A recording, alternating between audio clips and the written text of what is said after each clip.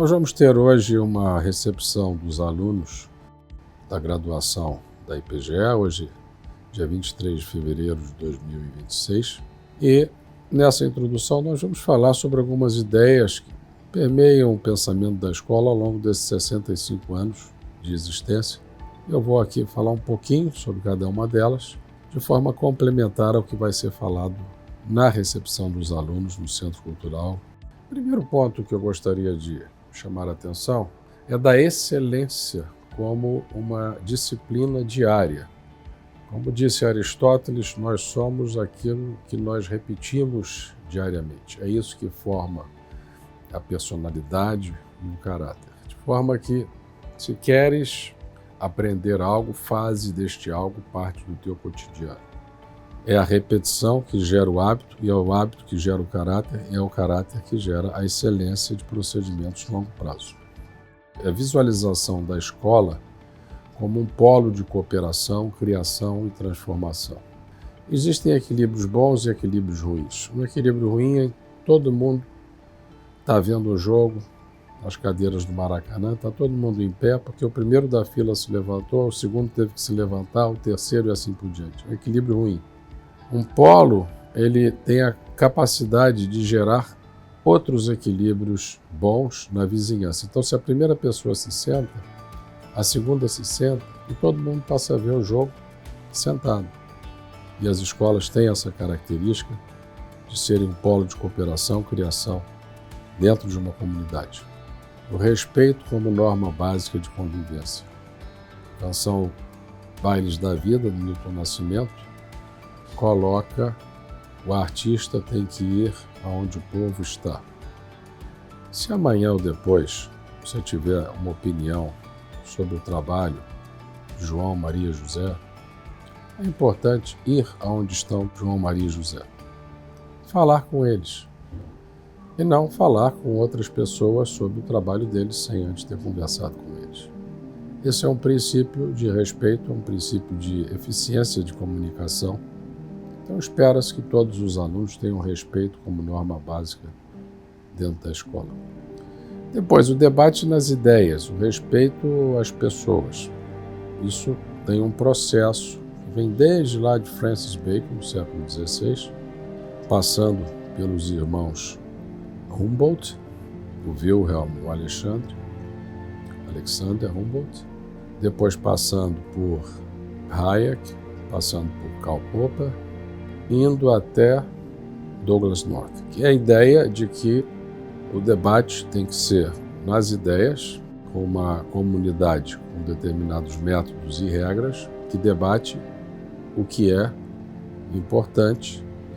Então, é preciso que não haja sofisma. O sofisma é quando o debate sobre uma ideia passa por argumentos ad hominem a ser um debate sobre as pessoas. Não é esse o caso. Está se desviando do assunto original.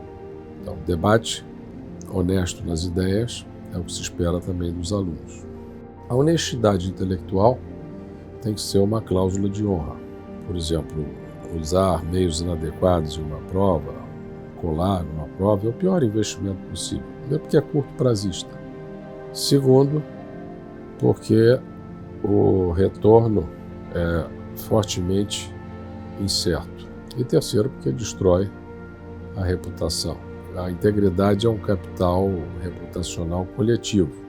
Então não se devem inventar dados, nem usar condutas inapropriadas nas avaliações, não plagiar, não forçar resultado, não criar nada que não seja baseado em leitura, introspecção, dedução, indução e obtenção de resultados. Depois, a pontualidade, o preparo e o compromisso com o que foi combinado. Qualquer atraso é uma taxação sobre o tempo dos outros. Outro valor é o valor da confiança entre os colegas. Isso é um capital social que reduz os custos de transação, aumenta o bem-estar e é muito mais eficiente do que se ter uma sociedade polarizada. Portanto, é muito importante que colegas confiem em colegas e mais que colegas deem motivos ao longo do tempo para serem confiados pelos colegas. É uma rede que vai durar para a vida toda. Depois, a sala de aula pode ser vista como um laboratório cívico, em que as pessoas escutam, aprendem, questionam, com o objetivo de aprender, e fazem tudo isso de forma ordenada e construtiva. Aprender a estudar e a trabalhar em equipe. Outro valor.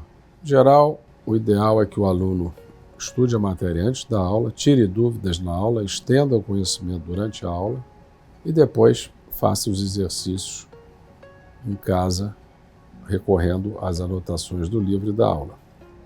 E o trabalho em equipe é fundamental, principalmente nesses tempos agora de inteligência artificial, em que a empatia, as qualidades de percepção, curadoria, inferência sobre como agirá o ser humano será sempre e cada vez mais importante. Errar não é um problema, errar faz parte da formação de elite.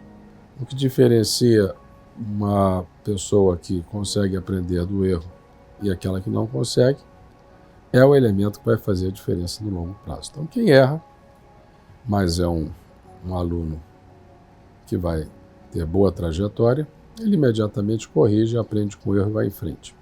A cultura da evidência e do pensamento crítico. Apresentar argumentos junto com as evidências, junto com os mecanismos e, de preferência, propondo mecanismos alternativos para a resolução do problema. Por último, a beleza da diversidade de ideias, como um ativo acadêmico.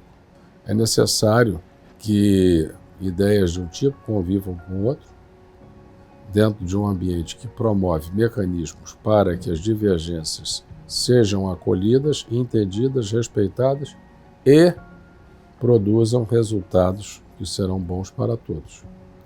Essa é a diversidade de ideias, deve ser respeitada e tentando aprender, levando em consideração o todo.